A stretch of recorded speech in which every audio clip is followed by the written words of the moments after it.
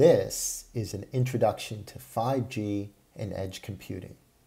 I'm Joe Moreno, Director of Development at CANA, and I'm going to talk to you about ubiquitous computing at the edge. In this presentation, I'm going to tell you what 5G is and how we got here, and what edge computing is. 5G and edge computing is at the heart of what enables the Internet of Things, referred to as IoT, which is device-to-device communications that doesn't require a human in the loop to make key decisions.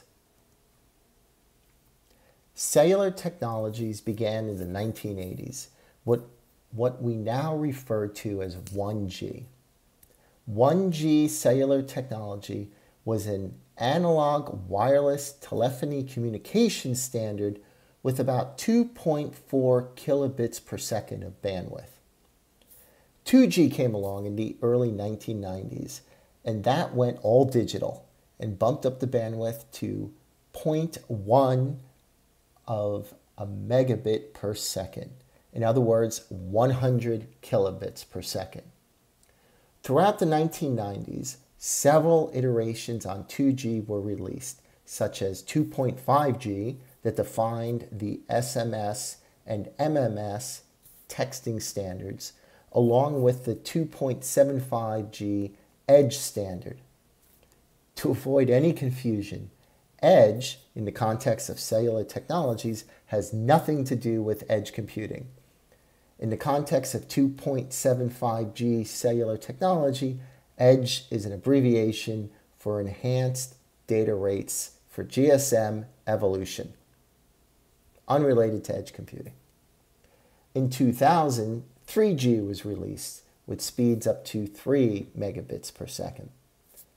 The 4G cellular standard was released in 2008, and this network was all IP-based, meaning it was the Internet protocol deployed over a cellular network, basically making a wireless internet.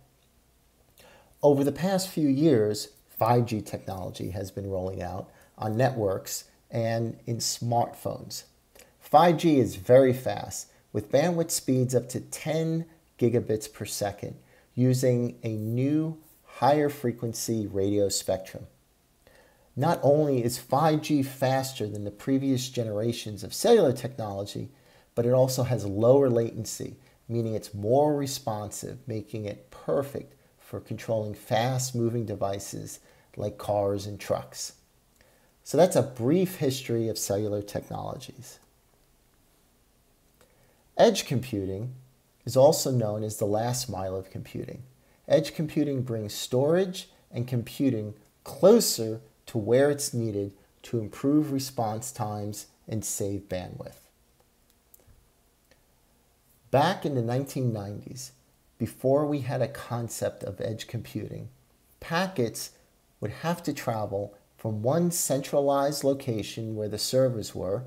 In this slide, let's say the servers are on the West Coast in Silicon Valley.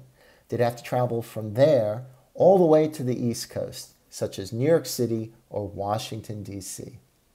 The problem with this is data packets would get scrambled. They would take different routes from one moment to the next, and they would arrive out of order after traveling from coast to coast. This can be a big problem with large files used to stream audio and video. So, in the late 1990s, a company came along called Akamai, which had the brilliant idea to place servers in major metropolitan areas to cache or store static content. Static content are basically large files like image files, audio files, and video files. These large files would be stored on the servers in the major cities, so people accessing them would receive the content much faster. Hence, the Content Delivery Network, or CDN, was invented as a process to pre-stage and distribute content closer to the end user. But this was only for static content stored on the edge.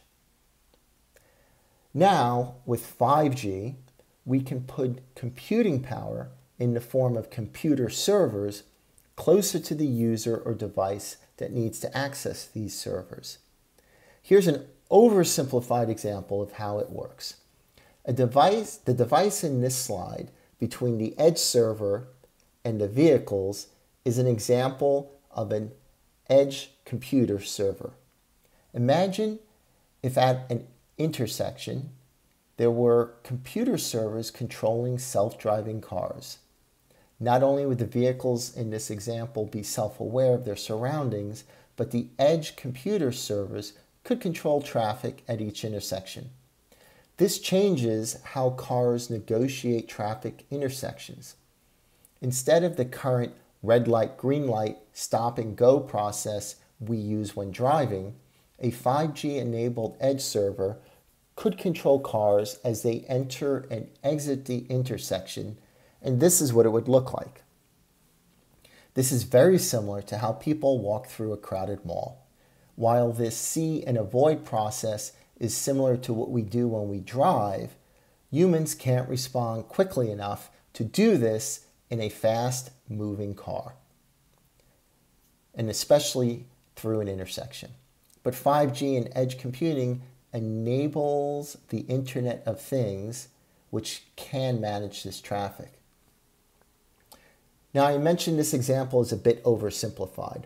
In actuality, 5G edge computer servers aren't mounted on streetlights at intersections, at least not yet. Instead, 5G edge computers are currently located in cellular network providers' central offices. A central office in telecommunications is a building where phone subscriber, home, and business phone lines are connected together. By putting edge servers in these central offices, it means that data flowing out of the edge server never has to leave the cellular network provider's local area network.